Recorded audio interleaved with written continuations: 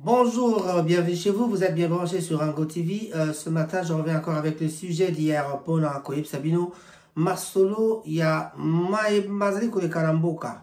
Toti Bongo Kolanda, Makambuliki na sommet ya Luanda. Sommet ya Luanda, président Félix Antoine Tshisekedi Akene Bongo Kutana, Naba président Moussousoupe, Kosolola, Naba rebelle ya M23.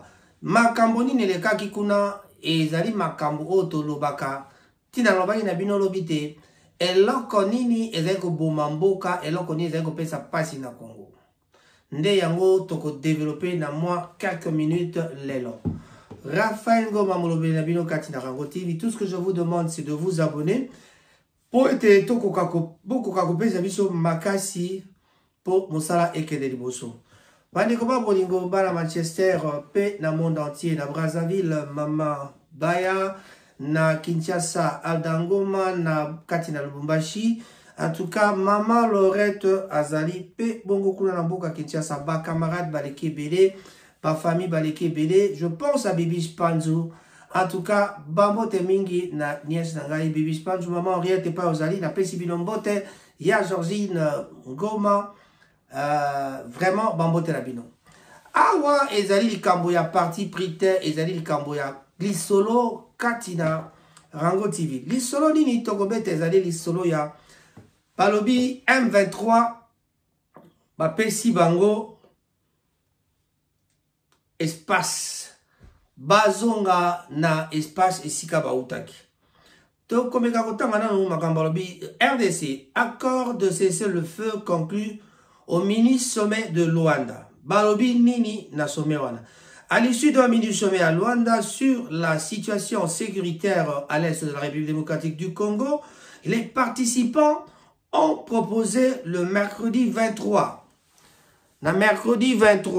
novembre une feuille de route. Feuille de route wana elobi nini. A commencer par la cessation des hostilités sous 48 heures.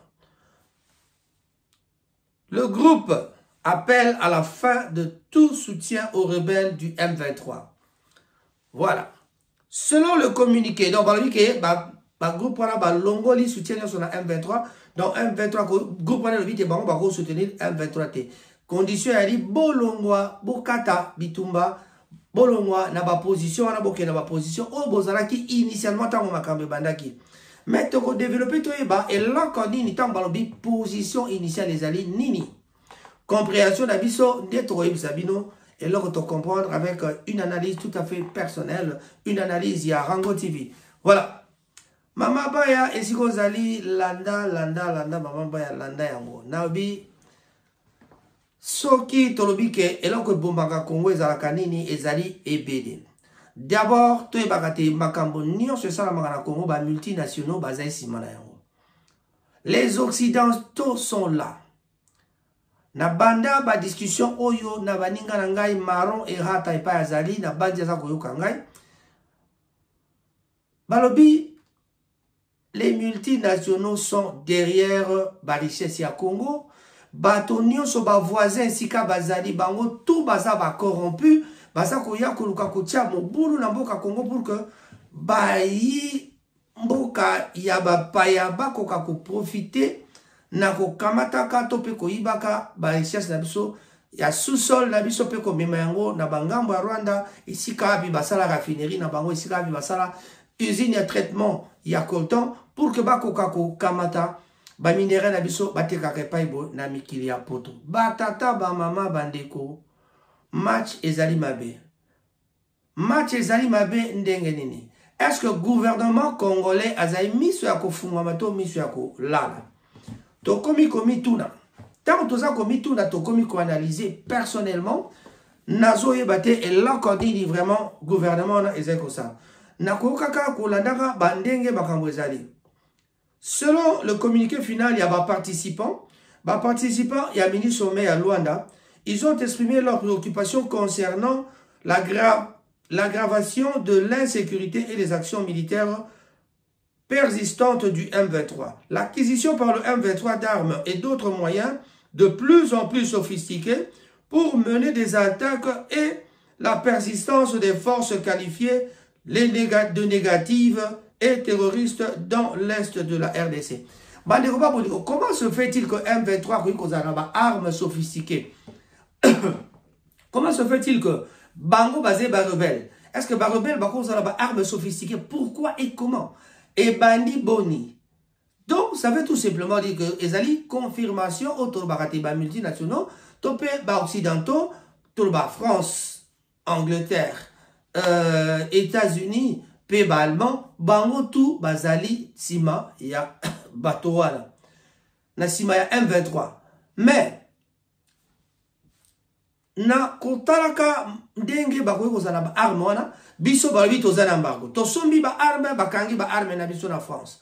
De quel droit bango bakene kokanga eloko biso to sombi? Pourquoi il faut autonomie wana dabenga ngutu nini? Suprématie wana oyo ezalate bango mindele ba contrôlaka ba achat ya ba arme na biso. Balingi ba utilisation ya ba arme na biso. Ba kamati ba endurcir makambo ya ba achat ba arme. Bokoki na bino ko somba ba arme. Mais soki bo sombi ba arme faut bo justifier nano ba arme bo zai nango ndenge nini bo traitaka yango ndenge nini bo bomba yango conservation yango bo saka nango nini. Et puis il faut bango ba pesa autorisation. Pourquoi ko senga autorisation na bango? Bango bazai banani.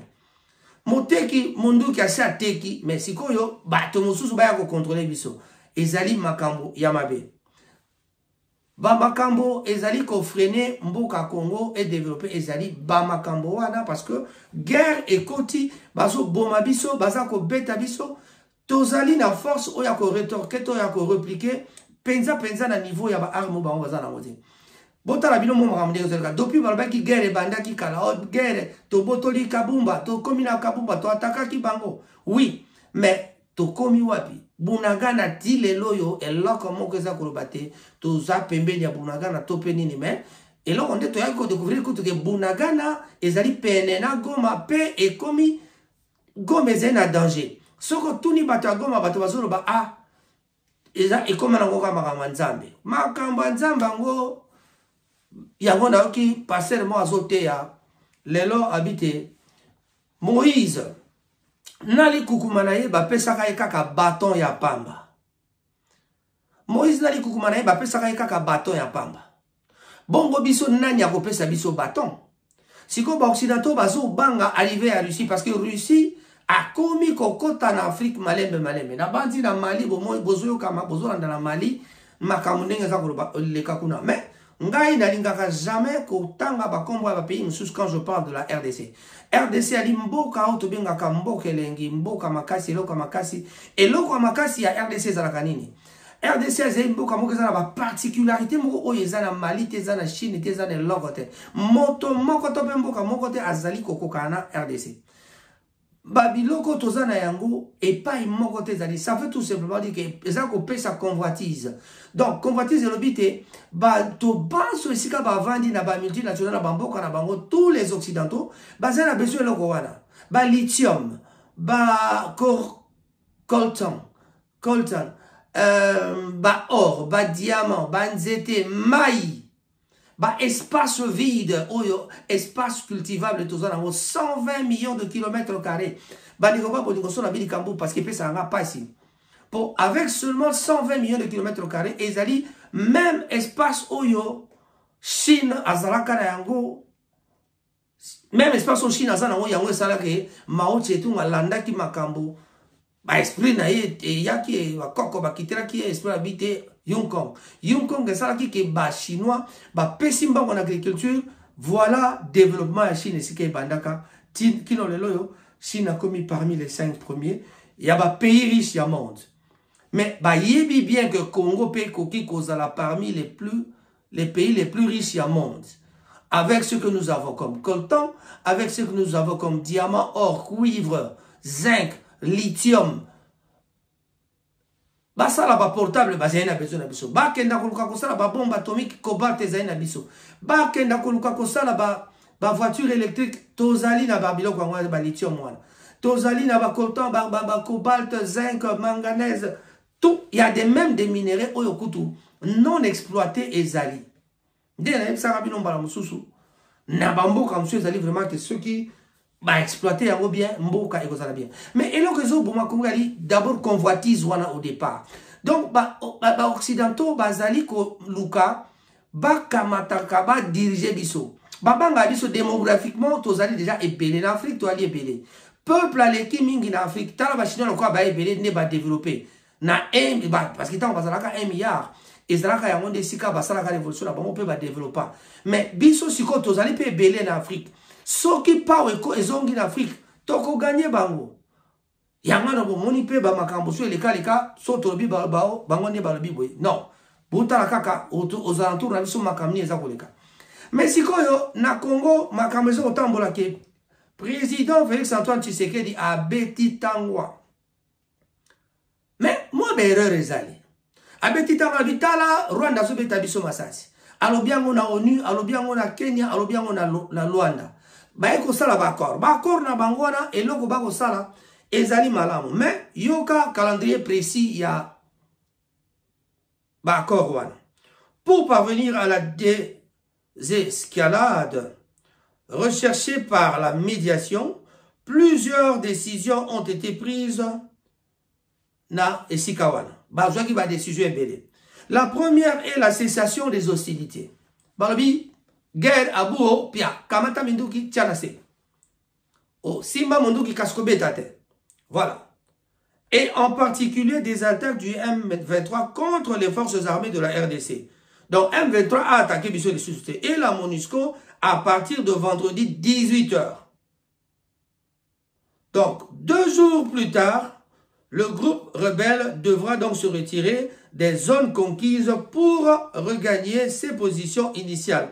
Tandis que la force régionale de la communauté de l'Afrique de l'Est, EAC, poursuivra son déploiement. Bon, tout expliqué dans le point O. Balobite, Towana, Likamba Liboso, décision Liboso, Bazwa qui a dit cessez le feu. To tika minduki. Tant babito tika minduki, elobi nini simanango, simanango, ça vous sengate, Towana, bazonga na ba position initiale. Na ba zone conquise à regagner ses positions initiales, tandis que la force régionale de la communauté va continuer son déploiement. C'est-à-dire, bangotan balongwe, batobaroya kotika wana, batouana EAC. EAC ali ba oyo East Africa Community so nini wana. Bangona ba ya wana, ba force wana ezana ba Kenya, ba Uganda, ba nani wana. Mais sikoyo, pourquoi sikoyo FRDC avanda wana ti? Mais batouana de bavanda wana. Est-ce que zali plan wa ba candidat sauté ke yeko confirmer?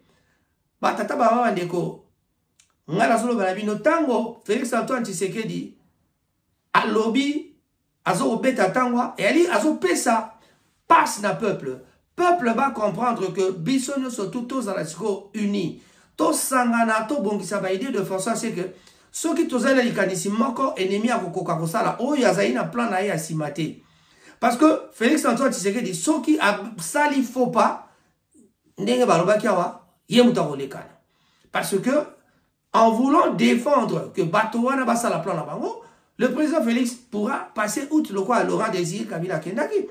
Batowana bazena makambo mabe bakoki kosala bato mabe. Nous dénonçons le complot, il y a ba multinationaux. En tout cas, bo loba clair na ba makambo oyo bolingi kosala.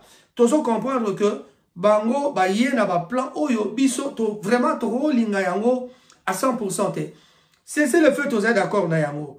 Bato bazonga na ba position initiale pour basala nini. Et puis réinsertion ezolobama sima.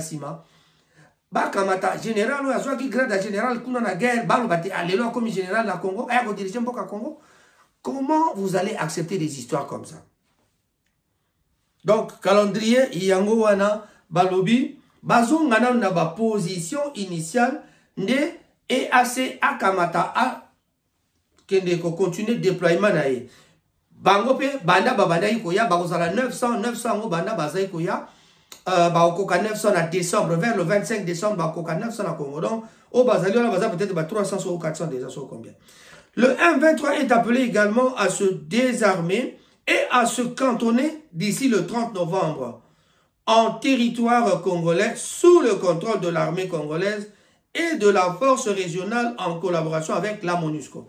Donc Batouana va vous accompagner na forces armées oyabiso congolaises pour que bango bakende batika ba déposer ba armes bazala accompagner na ba FRDC pour bakende kovanda na ba territoire oyo zaki conquise mais na position initiale. Donc ba quitter ba territoire conquise bazonga na position initiale. Si la position initiale en quelque part na mona ki batanga ki ba combat ngo ezaka bamboko bozo ke pa guerre ezali.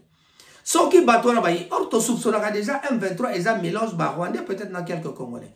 Mais tout Rwandais va si malabango. So ce que si malabango va infiltrer bazali. Toko ça la nini. Toko ça na baoni. Donc peuple bon comprendre que unité à peuple ezo senga ke to ki to sangani toko ka kozala na possibilité ya ko benga na bango. Mais na tour na bisope il faut tout ça là, oh il fallait tout ça là. Na mitema na bino boyebi eloko faut tout ça là. Bino boyebi ka ko boaka mbasu na bateau bazala nini. Boti na mbasu kuna pa ya bateau wana te. Kamata mbasu beta bango mbasu. Bango pe bayaka na maladi na bango bazala na mashishi na bango na mapanja na bango hein. Botu na batamanye ba boyebi sabino makambo wana. Bango pe bazala ba maladi na bango oyo na bayela ka biso eloko ni bayela biso ba système ba poison. Mais en tout cas jusque là ceux qui ont tali ba makambo wana en disant ce que je suis en train de dire, et là qu'on y M23 Zakobanga. Tango Bayoki, Tozali Kosala, recrutement na armée, et Zakola qui s'est dit peuple congolais, armée la socio-économique Makasi, renforcement y a armée. Et Zali reconfort Makasi na Baye Bazalaka déjà na Kati ya armée, ba militaire na socio-akala. So Bayoki était effectif et Zakobakisama. Bien que au Bazali Koya, Bazala na technique de mais, et Zali Bakozwa Tom. Angola bunda guerre ndengeni Angola bunda guerre na bateau bakanga barushka les Angolais savent ce que ça veut dire parce que ça ba couvre-feu ko kanga bateau pe ko tinda bango na place etumba après 3 mois ba si bino ka mundu ki 3 mois 2 mois 3 mois après ba ke ko beta masasi nombre ya bateau nde na bala to lobaki na émission to sala ki bina ba pasteur sécurité ezalaka nini sécurité ali présence humaine ba ko kamata bateau ebele ba tiene sika moyen monguna ko ta ko zalate. Mais bisope, ce que totali, bah vie, il y a bah parti politique mususu. Le parti de Mouzi te dit il faut faire la guerre. Bah parti ya bah jeune monsieur Ezali bah Bolodja Balobi il faut faire la guerre. Donc ce qui te dit qui guerre, bah on so bati qui guerre Ezali sincérité. Bah pays frontalier nyonso Ezali na biso pembe ni bazan na bango sincère na bisote. Bah zali kaka na moyen mo akoluka ko kota na masolo pour que bah ya kolia parce que les Kenyans vont venir là. Qu'est-ce qu'on va leur payer? Vous ne pensez pas qu'il y a le coton qui va aller par là? Vous ne pensez pas qu'il y aura le lithium ou le diamant qui va aller par là? Donc, bako kamata babilo, on a bisope, bako sala na yango, bako utiliser yango, or on a biso ko kene pas na bango. Donc, bazali ba profiteur, bazali ba opportuniste. Alors, to pesi bango opportunité, on a payé parce que tous na force de, tous en koluka guerre kenda pour que mboka ekotara kimia. Mais kimia ngoso toujours quand on a sens wana ezali moi passe. Tokende na makoma toyoka eloko nini baza koloba.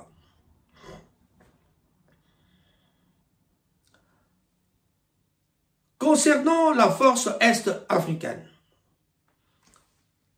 La force est-africaine. Les contingents kenyans de la force régionale se déploieront à Goma d'abord.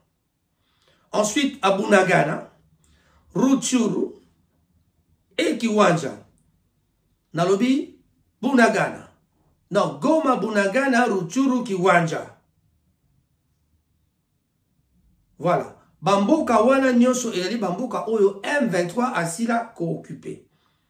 Alors, foba longa wana sikoyo MONUSCO na force oya East African eye ko vanda wana.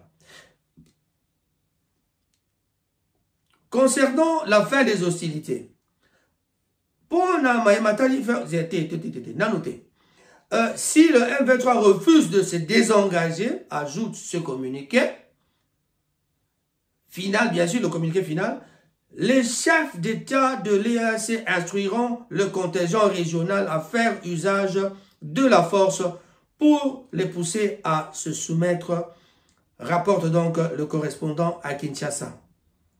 Et Zala Kibongo, Malouba, il y a correspondant, il y a Kinshasa, il y a RFND, Albaï Makama. Donc c'est un document officiel que je suis en train de lire pour commander. Je suis en train de faire une analyse, puis Naza commenter Malouba, oh Eloba Mikuna. Et là, que ils ont ça la passe, to yo kananu makambo balobi. De son côté, le M23 déclare ne pas être obligé par ce document de Luanda, puisqu'il rappelle qu'il n'était pas à la table des négociations.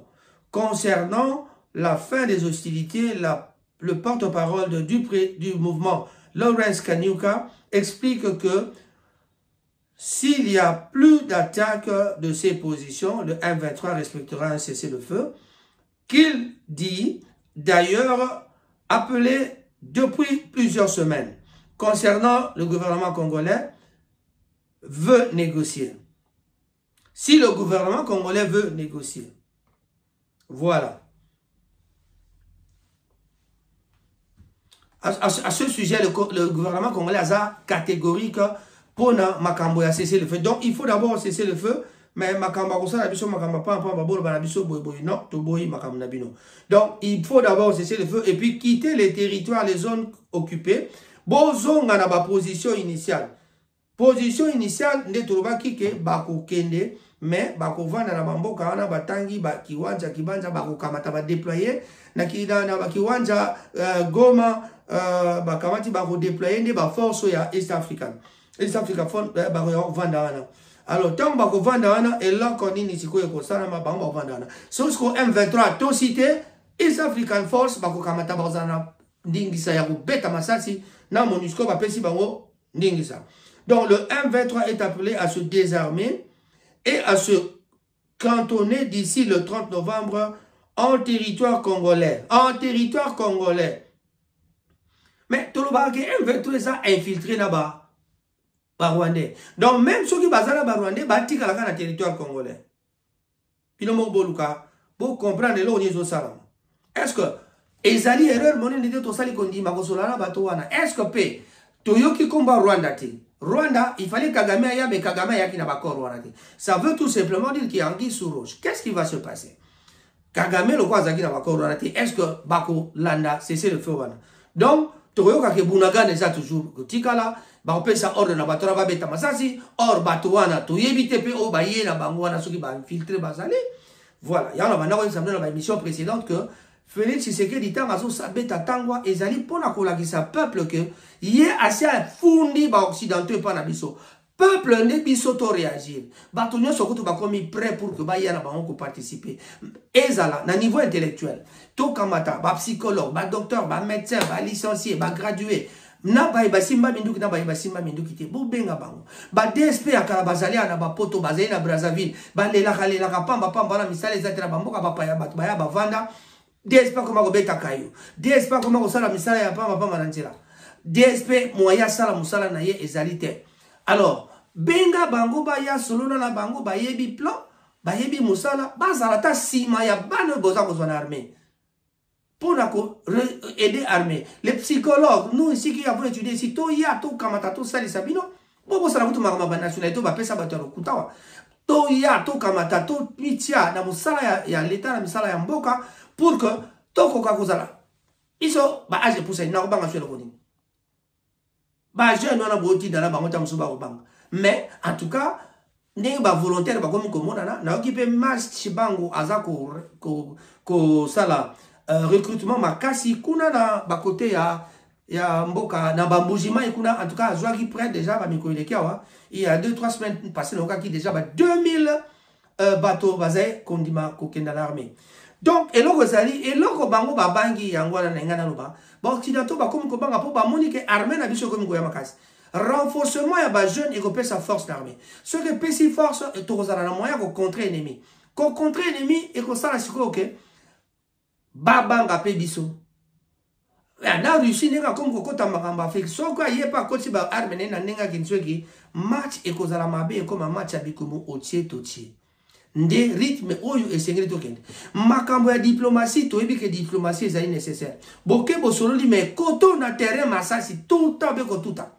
Parce que ceux qui to sali bongote e ko simbate. On ne soba ko ba totala. Barabi d'ici le 30 novembre, le 30 pesamo sikate tant le 30. Nous sommes déjà le 26 aujourd'hui. Voilà. Et c'est une date, maman Aïcha Mande Azarobala, que je salue. Félicitations au couple Bruno et Aïcha Mande. Félicitations. Ce soir, Tozali la mariage monene Namboka Manchester. Moninga Bavane Savango. Lelo Ezali soirée naïe. batata ba mama bandeko tozali na makambo politique beba zibeba keba tozali na kanda ya mabe. Voilà. Donc, ministre Meona et Setenaki, la présence, il y a le président congolais Félix-Antoine Tshisekedi, le Burundais Évariste Ndashimi, aux côtés du chef de l'État angolais João Lourenço et du facilitateur de la communauté africaine Uhuru Kenyatta. Paul Kagame était en revanche absent. Le président rwandais, pourtant attendu, s'est fait représenter par son ministre des Affaires étrangères, Vincent Biruta. Bandekoba Bolingo, Paul Kagame a y été. Ça, c'est un. Et ça, déjà, et là, comment on voit Paul Kagame a y été, ça, déjà, accord rwandais comme moi, représentant à ministre des Affaires étrangères. Monsieur Biruta, est-ce que présence naïe et Zali n'a poids pour dire que Bakolanda, accord rwandais, et moi pas ici, tous la Toyoka. Alors, et là, quoi, c'est ma bénine, facilitateur, Tobengi Uhuru Kenyatta. Uhuru Kenyatta. Mais, tato, il y a opposition avant comme président, il y a Kenya. Tant que ça en opposition, il y a un Congolais, Bozali, Maël Mingite, Miliki Nabino, il faut bisotoper Sarabino Miliki. C'est lui qui a rigolé des Congolais. Monsieur Uhuru Kenyatta, il était sûr qu'il a une bonne souvenance, je crois que c'est lui. C'est le Kenyan qui avait rigolé des Congolais quand on lui avait posé la question sur les Congolais. Alors, Bango Baibikaka, Ko Bina. Entre Bino Toyeva, Bino Marobina. Ba reconnaître Biso Kaka la Makamba, ba danse. Y'a pas bien ça, je pas été de Kobina Binaka, mais alors que Biso pe toze la Makamba, oh, Bango Bazana au besoin. Alors, le cas Tobina Kabinaka, elle Makamba comité, ba ya Basaka la Morabiso. Kaka moto, c'est Kai Biso Tobinaka, tu es comme ça, ta mille qui te mille qui la Bango, mille qui la Biso, Bango, va passer à Biso. Les lots, Motongo, il y a des facilitateurs. Est-ce qu'il vient faciliter ça pour que Azala, le quoi, ba politicien la biso autobéna sous ba politicien te, ba politicien la biso ba comment ba politicien. Donc quand il politicien mon quoi, bosanaki, au lieu de ba politicien, alors ba qui politicien. Si on a ce qu'on a traduit là, on a bien dit, bazali vraiment pe ba politicien. C'est-à-dire un politicien, c'est celui qui fait de la politique. Un politicien, c'est celui qui fait de la politique pour un tien. C'est-à-dire pour tenir, pour avoir quelque chose, pour recevoir. Au lieu de donner, il y a la politique du donner, mais toujours c'est pour recevoir. Mais en fin de compte, ils ne donnent rien, ils sont en train de recevoir. Mais il n'y a pas. Balo Bambo que ça mal géré a aussi problème. Bango moko na IDPS, motora bango moko azali membre, il y a mon nene aibali papa mobimba, azako croupir kuna na makala poani, pour que le pays est mal géré. Donc, na bango le quoi basé na pouvoir le va payer ça mal géré te. Moto na bino moko ya IDPS, alobi le pays est mal géré. Ba fayi le baloba yango, ba tebele baloba yango. Mais moto na bango mo alobi ba beti beko azaku na kati.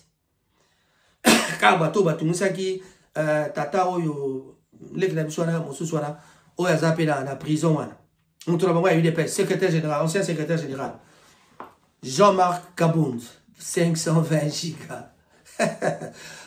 Petit Jean-Marc a coupé le bakoto na pour nini. Car rapport le que Masolo est bien bah jouisseur.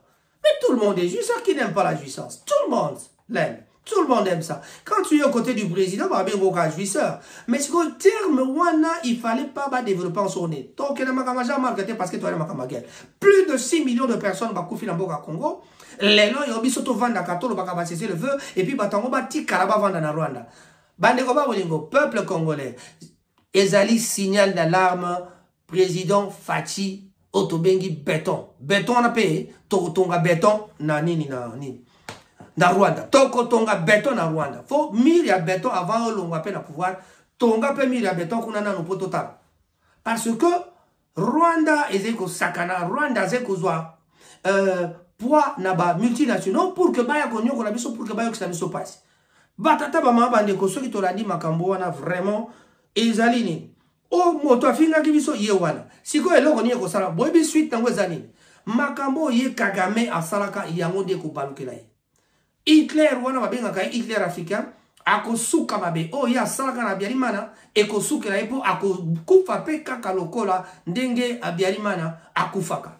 Nayebisi bino soki bokebite plan ya ko beta ye loko eko uta pe na Congo ndenge ya yaki beta ki bato bakimaki awa ndenge petango bako beta ye bato ya oya bango babatama awa bakuluka bazonga mbango bakende ko récupérer pouvoir na bango esika bokomona Rubero azongi na ya komine président na Rwanda esika bokomona Bizi Makara azongi na ye akomine na Rwanda. Même l'autre là qui parle tout dans le parlement on a Moïse Nyarugabo. Moïse Nyarugabo il va fuir, il va retourner par là.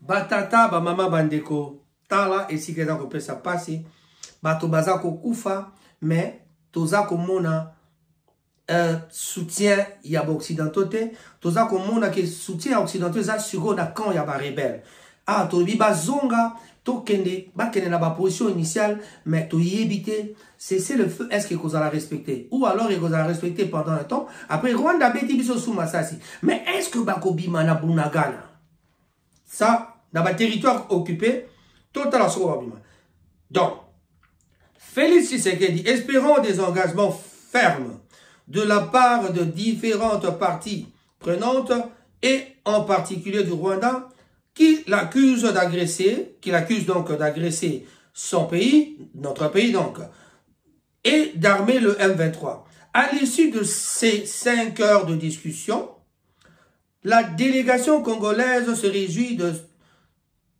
du ton ferme du communiqué final et attend maintenant la mise en œuvre des décisions prises. Mise en œuvre, il y a des décisions prises. Ekosalema to ekosalema te. Question posée totala o ekoleka. Mais en tout cas, ezali moi pas si mingi kondimake ba cesser le feu na eko ndimama. Tope makambango ba korango ya ministre sommet à Luanda est-ce que zali penza na importance monnaie de tout un intérêt makasi na ba congolais mais mingi za babiloko ezata mosusu na ba intérêt ya bango ba paya parce que ba koki ko tika terrain wana ti ba vote ango to sala ka tozo voter ah moi je vote tel mais na bandi ba l'air moko to sala ka ba erreur to vota ka bato oyo ba sengeli ko vota mate na yango bandeko ba boningo so tolobi totala pe makambo yango ninge sala maka peuple fa banda koyeba moto nini ya lingi ko voter peuple fa yeba na ko voter nani na ko tia nani ya ko kambamela ko diriger mboka ngada ko voter nani aya ko sala mosala pour na peuple mais malheureusement batonyo so ba votaka bango moto mo ka sala mosala na peuple zate tina yango biso ba eto boya politique parce que eza difficile. Ça la pour un peuple, c'est difficile. Nous pouvons le faire, mais il faut que ça la travail moko collégial, et ça travail à groupe. Bato ba koka kozana idée moko. Et le monde anu barambala nambala, ça la union sacrée oyo Félix Asala, et ça idée moko génial. À partir de l'idée, si moi j'étais président, franchement, na l'heure on a ngana bouma ba parti politique, nous on bato tout baye to sangani, to sali logo moko, ya bien. Ndenge lokola to moni ba pasteur awa na Manchester ba sangani ba sali alliance moko ya ba pasteur ezo sang sabatu nyonso botala ka force ko koma na Manchester avec les pasteurs force wana so bolanda ke mission à lobby bolanda yango et émission elaki na Venise ngai moko d'affirmer bon na compte ya communauté congolaise to connaît ko participer na émission na tozalaki na papa l'apôtre André Diba ya Rochester. Tout ça qui n'a papa Willy y a biso à Manchester, y a zali secrétaire y a Alliance, Nandeko le pasteur Hubert, ça c'est un homme que j'aime bien aussi, vraiment le papa Hubert Azali moto oyo yamaile. Donc tout sangi ça qui m'a canalisé pour la colaxate, bango de basangani ba pasteur, et zali déjà unité wana tolingi yango zala nambo kana bisope. Parce que awa soko tali ba makambo bato ba revaka ke église nyonso comme église moko. Église ya ba congolais moko l'église comme église moko na ebisi bino ba belligérant bazanga kate. Mais mokoloka ke église ya ba congolais comme église moko. Ba tongi ndako monene ba sali église bazako te ya esika moko na obina bino Boka et kokoma qui toko pe même ba paya o bazali ba ko banga parce que force ya ba congolais gozala kaka soki to sangani soki to mitie esika moko soki to mitie longote to koka jamais ko zala na force ya ko défendre pays na biso. Nous avons perdu beaucoup de gens. Il y a plus de 6 millions de personnes au Bakoufi na ba guerre. Plus d'une femme violée par jour, une centaine de femmes violées par jour. Donc, masolo wana, ba bomi bato bazako kata bato banzoto. To moni ba film belé, makambo to monate. Makambo to zaka ko yoka so to moni to bien. Mobutu asalaka ba discours pour nini ah ba bomi bato na kingabwa. Ba bomi bato pa ibo. Mobutu asala yango ba discours parce que ça ba pratique moko ça pratiquement il y a bisoté. Ce sont des pratiques qui n'existent pas au Congo. C'est inacceptable. Mais, tout comme on a bakamati bakati bato banzoto nibali bakati banzoto ya basi vraiment bakata mabele batia banzete na banzoto nalbina bino soki to tali vraiment makambara ningezo salama. En tout cas, ils a bien été. Donc, et là koka que ezali bien to yebake ngai na place na zo supporter président Félix Antoine Tshisekedi ezali na place que kobele la oya zo bele la ba musu bazo benga ebile la. Nokaki bolojwa mutunanga bandalo na benga ki ebilela. Mais problème na biso ezali tant yazo lela azo yebisa peuple boya to sangana to sale loko parce que yeso ka lobby azako batela pe vina ye alingite koloboya yazo ba peuple la ndanzela na so peuple la ndanzela na ye na lisanga ya peuple bandeko boko mona ke ba occidentaux ba banga biso soki tozo sala ba réclamation te moi été. Il faut tout ça la réclamation. Malheureusement moi personnellement ba parti politique j'aime pas trop adhérer pour je ne veux pas aller adhérer à l'idée à Moutoumoko. Mais dans le parti politique, kaka soki, balobi par exemple, né dans la union sacrée, on va le parti politique, ne se confie au bisotou, et l'on a tout ça la peau n'amboka. N'a si bino, ba décision musuto kamata mutoa ba teko ba ba na proposition tobo ya yango, mais soki bisono sur un intérêt commun, ba ne ba bolingo, match kozala kitoko. Pour la ça, on va parler de la légende. Légende Koffi Olomide Abimisi légende Nabino Souka na album Monde ezali bousculé parce que vraiment actualité ezali na légende Koffi Olomide a pesi son balbi banzembo ya kitoko ngana oki mwami balende konanga Fidel Kinata l'ami personnel ya Koffi Olomide. Mon petit frère Fidel Kinata yi azali penda pile petit à grand mon pao oboyebi présentement azali na États-Unis et sikawapi azali na tournée voilà mais na tournée ngoto moni que petit wana azate mais li apenda donc colère ezali a mon pao ngala lobi nanga na kipakate na peseli kaka bato bayebake petit wala ju moi gomme parce que Botswana zalaki te États-Unis azate donc je sala tukaga pour mère à mère tomoni ce que ça va exiger sa mère pe babi nzembo mopo yembi una babi wana penda ko bondela donc bo sala effort boyoka légende parce que babi banzembo kitoko ngana ki mwami bali misato na ça toujours koyoka ndena vanya na palais en tout cas na za na back studio na kitchen po toza la première lumière na studio kuna don na zaki obligé na loba pour lobby na sala ki émission lokwa ba sole zaki bien te katana ki émission na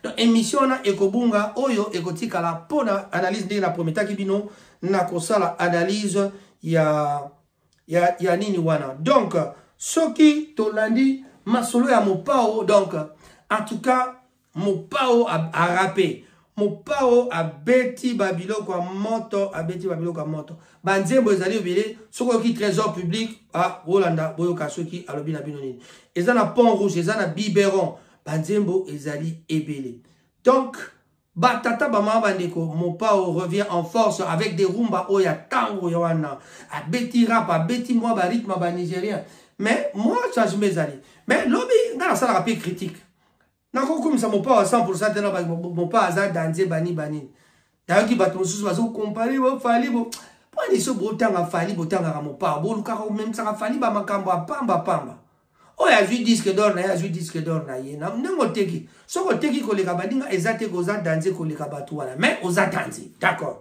mais Qui vous dit que disque d'or, monsieur Ezati, tu souhaites un gros, d'ailleurs, tu as toujours bonne chance à Fali.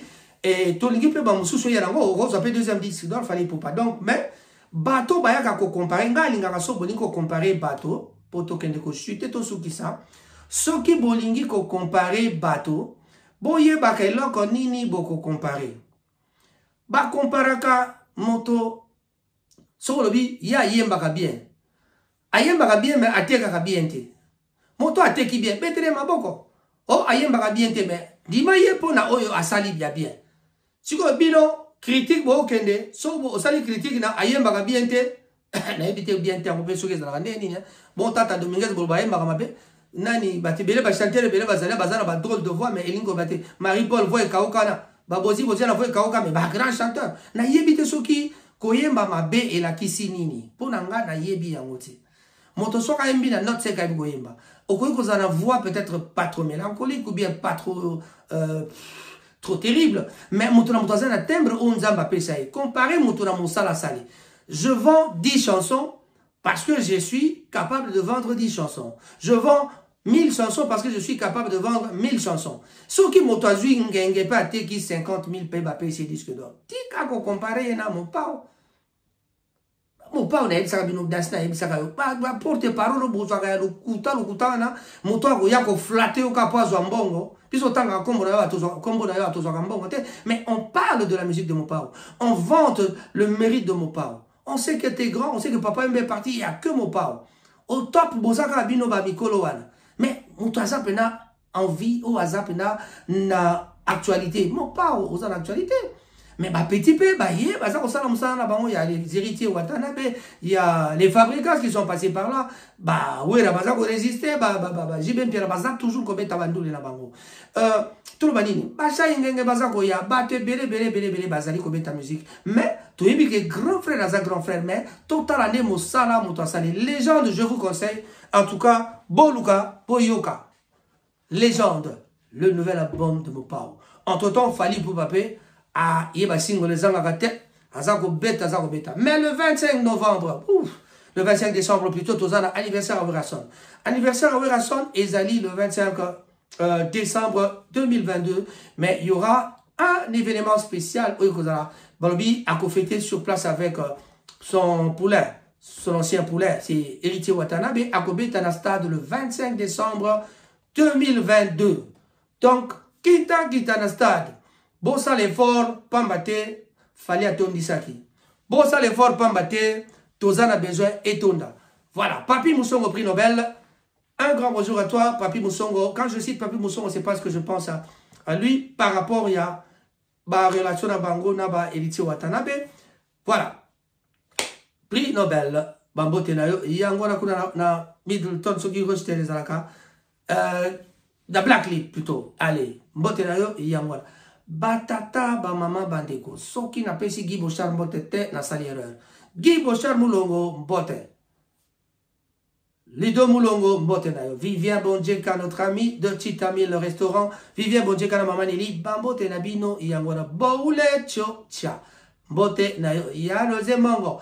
Viens Mwalimu. Un grand bonjour à toi, je dirais un grand bonjour à Vicky Bonjeka aussi.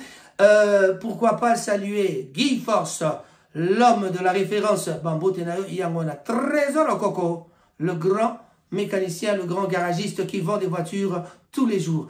Moubalia Batua Mama Nelly, Cyril Modogona, Lizamponga, hey, Palobi Kari Bunde Makambo, Soko Zangi na pourquoi et Talio, Batata Bamama Bandeko, Keba. Pesa mbote na motonyoso. Pesa mbote na motonyoso.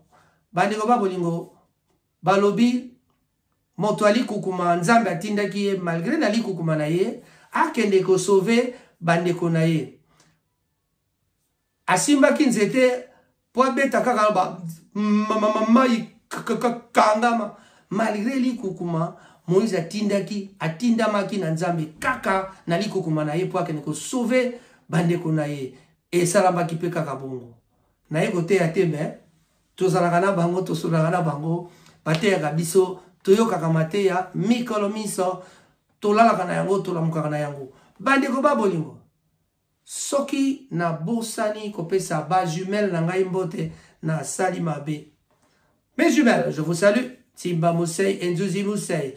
J'en profite pour saluer tous les Moussei car aujourd'hui ils sont à Bruxelles en train de faire le retrait de deuil de leur... Enfin, pas le retrait de deuil, 45 jours de leur enfant qui les avait perdus en Espagne.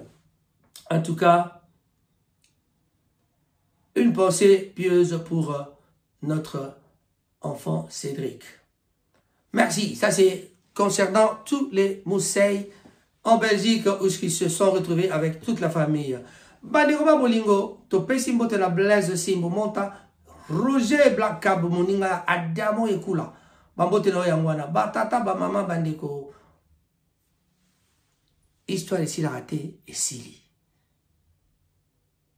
Nani on a bossani yo. Rango TV, na sengi na bino kaka abonnement. Kokon Joko le James Cameron de Manchester, Kokon Joko le James Cameron congolais à Manchester, actuellement en train de filmer Nakatina Église, ya Libala.